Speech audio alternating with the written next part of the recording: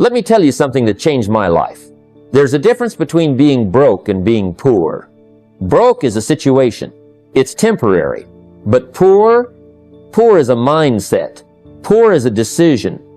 Because to build wealth is not to possess more, it's to become more. So today, we're talking about the philosophy of wealth.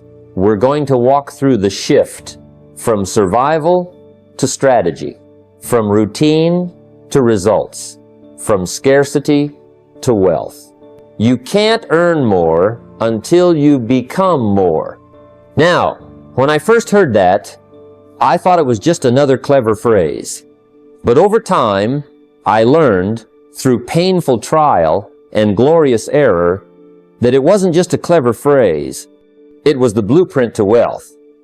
You see, most people are out there trying to chase more money, more opportunities, a better job, a higher paying client, a bigger sale. They think the key to wealth is somewhere outside of themselves. But let me give you the truth, the blunt philosophical truth. Your income very rarely exceeds your personal development. It's not about what you do, it's about who you are when you do it. When I was just a broke guy sitting in my small apartment, frustrated and embarrassed, I kept asking myself, why won't someone give me a break? But the truth was, life was giving me exactly what I was prepared to handle. Nothing more, nothing less. And that's when it hit me. If I wanted more, I had to become more. That was the moment the switch flipped. I wasn't broke because the economy was bad. I was broke because I was underdeveloped. My mindset was poor. My habits were lazy. And my knowledge was shallow. You see, opportunity is attracted to value, and value is something you build, not something you're born with. So I started small. I didn't have a lot of money, but I had time. And instead of using it to worry or complain or escape with entertainment, I carved out 30 minutes a day, just half an hour, to invest in myself. Not just read any book, but books that built my thinking. I studied business, sales, money, leadership. I watched how successful people walked, talked, thought, and acted. I took notes. I asked questions. I got around people who were farther along than I was. And slowly, I began to change. And as I changed, everything else started to change too. Here's the principle. Money doesn't go to need, it flows to value. And if you want more money in your life, you must become more valuable. How? You grow your skills. You grow your knowledge. You grow your emotional strength. You grow your habits. You stop being reactive and you start being proactive. You begin to carry yourself like the person who deserves that higher income even before it arrives. Because here's another truth. Money will never stay where it doesn't feel respected. If you earn more before you become more, it'll leave you faster than it came. That's why I say, don't just set goals for money. Set goals for growth. Don't just say, I want to make 6 figures. Say, I want to become the kind of person who can create 6 figures of value. That's the shift. If you focus only on the number, you might get lucky once. But if you focus on the person you're becoming, you'll create results that last a lifetime. Now, let me give you something practical. I want you to set aside 30 minutes every day, every single day, and dedicate it to becoming more valuable. Don't wait until you have time. Don't wait until life slows down. Don't wait until motivation strikes. Just do it. Because habits create momentum, and momentum creates transformation. Read books that challenge you. Watch content that sharpens your thinking. Listen to mentors and take notes like your life depends on it. Because financially, it does. It doesn't matter if you're earning minimum wage or pulling in 6 figures already. There's always another level. Growth is not just for beginners. It's for anyone who wants to keep building, expanding, evolving. The world is changing fast, and the people who adapt are the ones who grow. And the people who grow are the ones who win. You might be saying, but I'm just a stay-at-home mom, or I work at a job with no future, or I don't even know where to start. That's okay. Growth is not about your title. It's about your trajectory. And your trajectory changes the moment you decide to invest in you. Let the others scroll through social media for hours. They're building someone else's dream. You build yourself. You read. You think. You write. You listen. You evolve. Remember this. Your bank account is a mirror. It reflects your philosophy, your discipline, your skills, your habits, your mindset. If you don't like what it shows, don't break the mirror. Change the reflection. And you do that by becoming more. So, you want more wealth? Don't chase the money. Chase the growth. Because if you become more disciplined, more skilled, more insightful, then earning more won't be the hard part. It'll be the natural part. That's the secret. And the journey begins with one choice. Today, will you become more than you were yesterday? That's where wealth begins. Let's have a serious conversation. Not about your income, not about your job title, but about your habits. Because here's something most never realize until it's too late. You can't out-earn a broken habit. You can work overtime, get a raise, land a big contract, but if your financial habits are flawed, the money will slip through your fingers like water through a sieve. The cracks in your financial foundation will always leak, no matter how fast you pour in more income. That's why real wealth starts not with your paycheck, but with your patterns. I used to think I had an income problem. I thought if I could just make a little more, everything would straighten itself out. But I was wrong. The real issue wasn't how much was coming in, it was how poorly I was managing what I already had. I had habits that didn't serve me. I'd get paid and feel good for a moment, but within days, the money was gone, spent, disappeared on things that gave me short-term pleasure and long-term regret. Sound familiar? One day, I sat down and asked myself a tough question.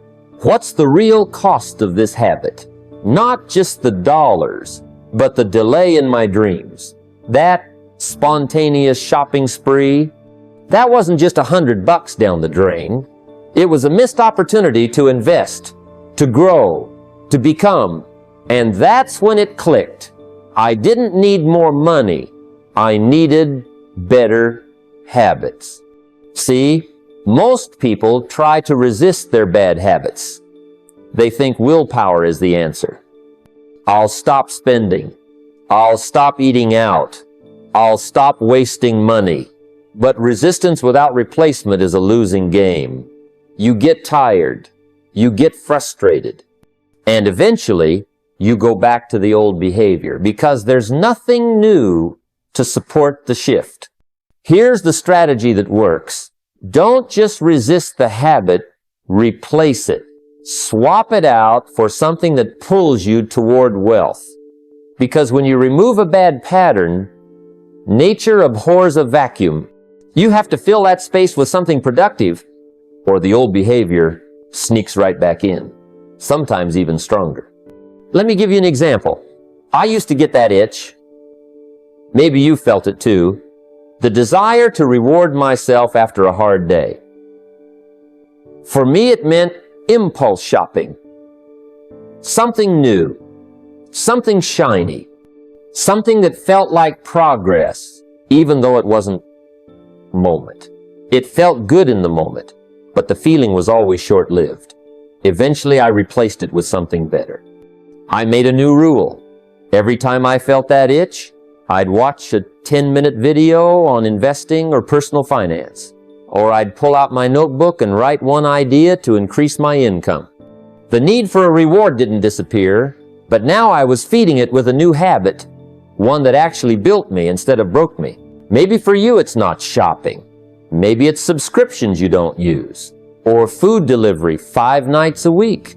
or ignoring your bank account out of fear or guilt.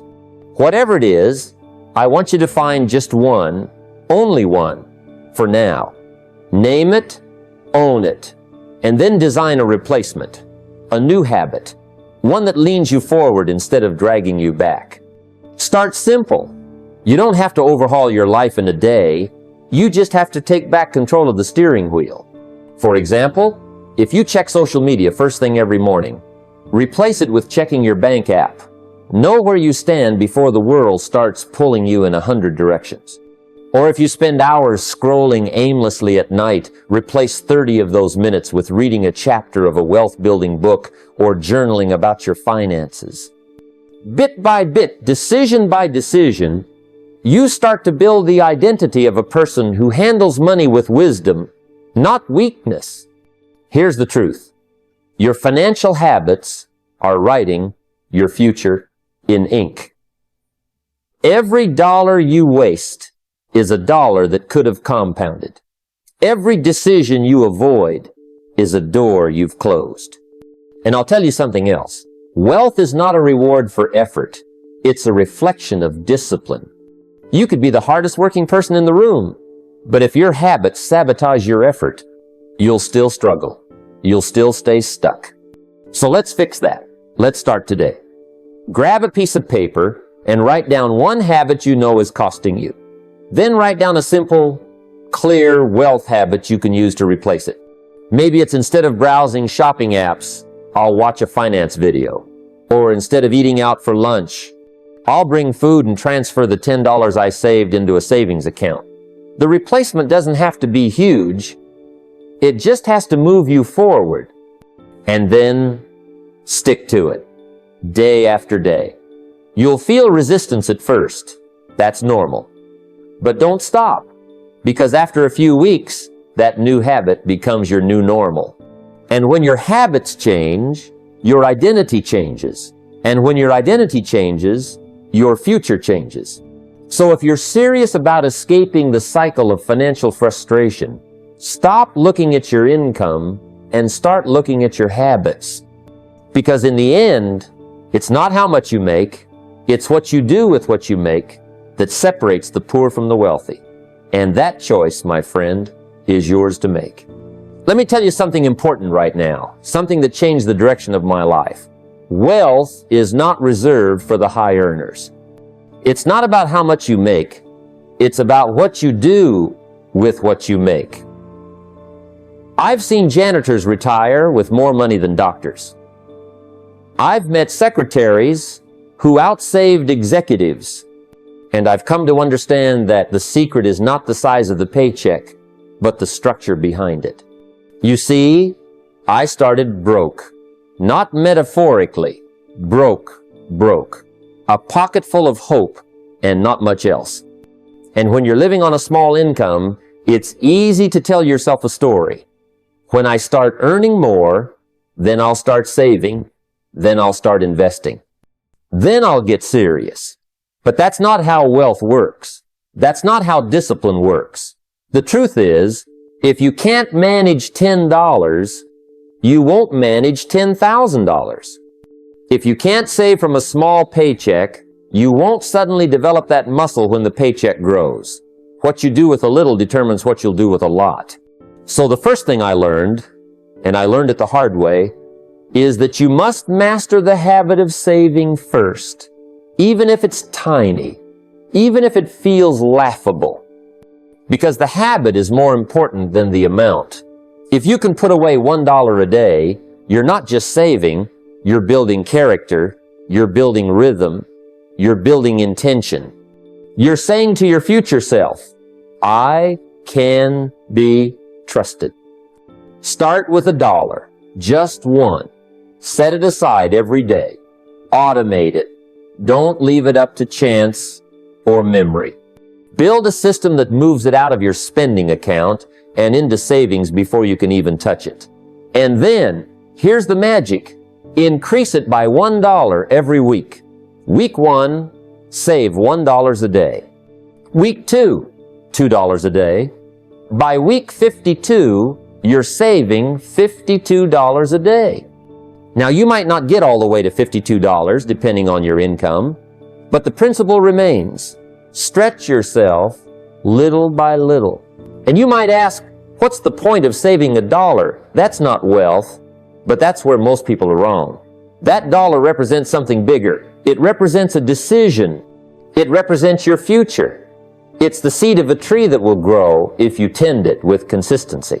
People want to jump straight into investing, into business, into big moves. But if you plant seeds in rocky soil, nothing grows. Saving is preparing the soil. Now, once you've got that savings habit down, once it's automatic, once it's consistent, then you move to the next phase, investing. Not before, because investing without a savings habit is like trying to build a house on sand. You'll build something unstable, something you can't sustain. But once you've trained yourself to live on less than you earn, once you've made peace with delayed gratification, now you're ready to put that money to work.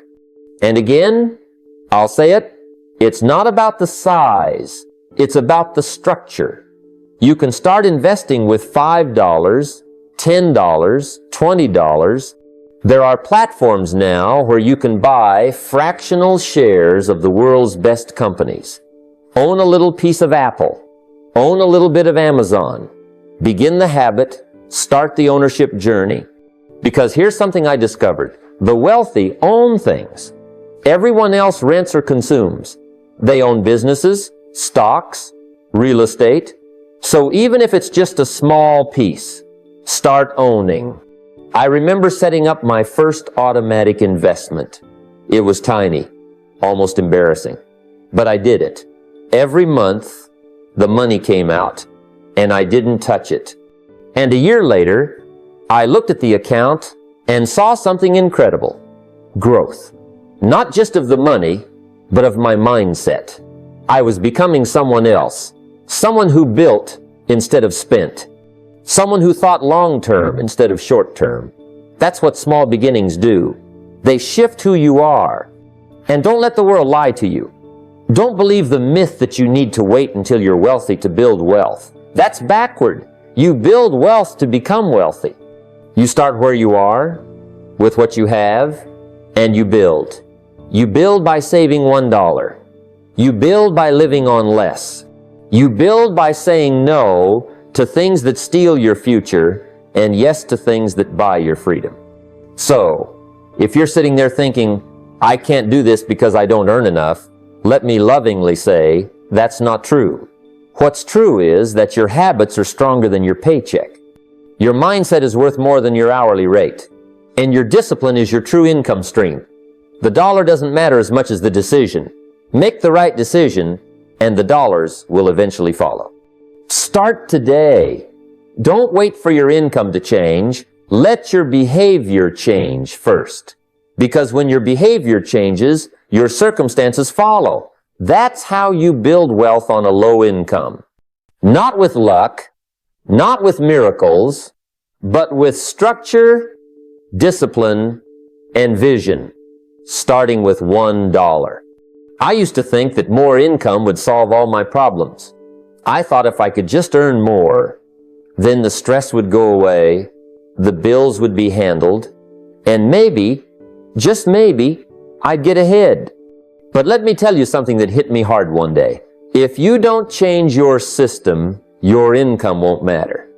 I've known folks who made $30,000 a year and had a surplus, and others who made $300,000 and still lived in fear every month. The difference? Not income, system. You see, the paycheck to paycheck cycle is not just a math problem, it's a philosophy problem. It's a way of living that says, I earn, I spend, I wait for the next check, and repeat. That cycle is exhausting. It robs you of peace. It leaves no space between your life and the edge. One emergency and it's over. One flat tire, one medical bill, and you're not just broke, you're in debt. And debt has a way of chaining your future for something that happened yesterday. So what's the way out? The way out is not to hope for more money. It's to build a system that includes a buffer, a margin, a little gap between what you earn and what you spend. That space, however small at first, is your freedom fund. Now I know some people say, I can't save because I don't make enough. But let me challenge that with gentleness and truth. The paycheck to paycheck cycle continues, not because of how little you make, but because of how every dollar is already spoken for. If you don't tell your money where to go, it will leave without notice. That's where we start, with a small emergency fund, something that gives you your first real taste of breathing room. I tell people to aim for $500 as the first milestone. Not $1 million, not even $5,000, just 500. And here's how. Cut one spending category for 30 days. That's it. Choose one area. Maybe it's dining out, or that daily fancy coffee, or entertainment subscriptions you barely use, and pause it for just a month. Take what you would have spent and move it into a separate account. You'll be amazed how quickly it adds up. The money was always there, you just weren't capturing it. That's the truth for most people. They don't have an income problem, they have a leak problem. The bucket isn't too small, it's full of holes.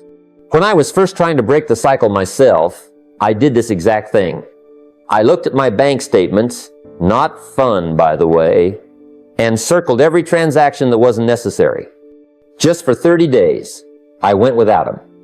I stopped eating out. I paused my cable. I sold a few things lying around the house. And I set a goal. Build that $500 cushion. That's all. No grandeur, just one step. And the feeling I had when I hit that $500? Powerful.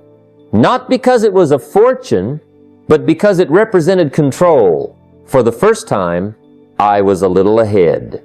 I had created space, and that space changed everything. Because now when the car broke down, I didn't go into debt, I pulled from the fund. That meant no interest, no panic, no regret. It meant I could breathe. From there, the next steps become possible. But that first $500, that's the hinge that opens the door. It's proof to yourself that you don't have to live paycheck to paycheck. It's evidence that you can run your life like a business. Businesses don't spend every dime they earn. They build reserves. They prepare for risk. And if you want to live like a business owner, think like one. Now, some people might say, but what if something comes up during the 30 days? Let me be real. Something will come up. That's why you're building the fund. Because life always comes up. And when it does, you'll be ready. Not perfectly, but better. And better is what we're after. Breaking the cycle isn't about perfection. It's about building momentum. That $500 turns into confidence. Confidence turns into better habits. Better habits lead to long-term systems. And long-term systems lead to freedom. You don't need a windfall to get started. You need a decision, a little discipline, and the willingness to tell your money what to do instead of wondering where it went. That's how you break the cycle. One small step at a time, one small victory, then another. And that's how you go from broke to breathing, from reaction to planning, from survival to strategy. Don't wait for your income to change. Let your system change first. That's how real wealth begins. I discovered something early in my journey, and I want you to hear it clearly. Your life doesn't rise to the level of your goals. It falls to the level of your daily habits. It's not what you want that makes the difference. It's what you do every day. Most people have dreams of wealth, but dreams without a routine are like a car without fuel. It's not going anywhere. If you want to build wealth, you need more than ambition. You need a routine. Not a once-a-year financial resolution, but a repeatable rhythm that builds momentum over time. You see, wealth isn't built by luck or sudden windfalls. It's built by design. And design means system. And a system begins with a routine, a set of behaviors you perform, not because they feel urgent, but because they are important. Daily disciplines determine destiny, and nothing shapes that destiny more than what you do in the quiet hours when no one's watching, when you could just scroll your phone, hit snooze, or delay progress for another day. I remember when I decided to get serious about money. I'd been working hard, but I realized I wasn't wealthy. I was just busy. And there's a big difference between motion and progress. So I sat down and said, what if I just devoted 15 minutes every day to building wealth? That's it, 15 minutes. 5 to review my numbers, 10 to learn something new. That became my wealth routine. Not flashy, not extreme, but it became mine. And it changed everything. Let's talk about what this could look like. First, the review. Just 5 minutes every day to check your finances. Not obsess, just review. What came in yesterday? What went out? Did that subscription hit? Did that payment clear? What's the current balance on your savings? You don't need to judge, just notice. Because attention creates awareness, and awareness creates change. Most people are afraid to look. They treat their money like an X they don't want to run into. But you can't improve what you won't face, so you make it simple. 5 minutes every morning or evening. Just glance at the numbers, like checking the weather. And gradually, what used to feel heavy becomes routine. The fog lifts. Then comes the second piece. Learn something. 10 minutes a day to expand your financial understanding. Read 1 page of a book on money. Listen to 10 minutes of a podcast about investing. Watch a video on how compound interest works. Study. Not to become a genius overnight, but to grow just a little every day. That's how the brain works. It doesn't change in leaps. It grows in layers.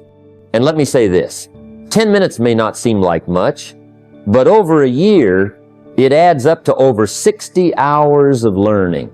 That's like reading 5 or 6 books. That's more than most people will do in 5 years. And it starts with a tiny commitment. Now, why does a routine matter so much? Because motivation comes and goes, but routines are built to endure. They don't ask how you feel, they ask what you've decided. Once the routine is set, the results begin to take care of themselves. You don't have to think about brushing your teeth. You just do it. And when you build that kind of default setting around wealth, your life starts to shift without needing a full restart every time you fall off track. I had a friend once who was always chasing the next big thing. Every month it was a new money idea, a new strategy, a new hustle.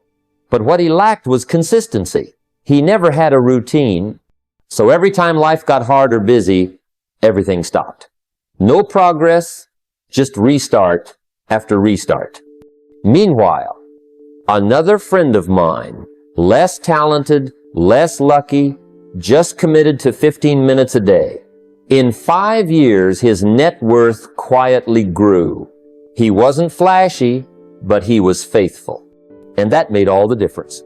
Your routine doesn't have to look like anyone else's. Maybe it's in the morning with a cup of coffee. Maybe it's at night after the kids go to bed. Maybe it's on your commute. But the key is, make it yours. And don't wait until you feel like it. You don't build wealth on feelings. You build it on foundation. You decide once, and you repeat daily. And here's what's beautiful. Once the routine is in place, it becomes easier. You stop negotiating with yourself. You stop starting over. You stop relying on willpower and start relying on systems. That's the bridge from wishful thinking to practical wealth. So if you're ready to shift from hoping for wealth to building it, don't start with the biggest goal. Start with the smallest commitment you can repeat. Design your wealth routine. And then repeat it every day, quietly, consistently, faithfully. Because at the end of the day, success doesn't respond to pressure. It responds to practice. I remember when I first heard the phrase, Success is a few simple disciplines practiced every day. It was like someone had unlocked a door I didn't even realize was closed. Because for the longest time, I thought success had to be complicated. I thought it required massive action, lucky breaks, or genius-level strategy. But it turns out, it's the little things. It's the simple disciplines, practiced, repeated, respected, and when you do them every single day, they start to do something to you. They begin to change the person you are, and that changes what becomes possible. Let me tell you something. The person who does a small thing consistently will always outperform the person who does something great occasionally. You can't diet once a month and expect to lose weight. You can't exercise once a week and expect to get strong, and you certainly can't manage your money once in a while and expect to build wealth. Success doesn't come from what you do sometimes. It comes from what you do every day. And here's the beautiful part. You don't need 100 things to change your life. You only need 3. 3 small daily habits that you stick with. Just 3. That's the magic of discipline. It's not in how much you do, it's in how often you do it. When something becomes a non-negotiable, it starts building momentum. And momentum is more powerful than motivation.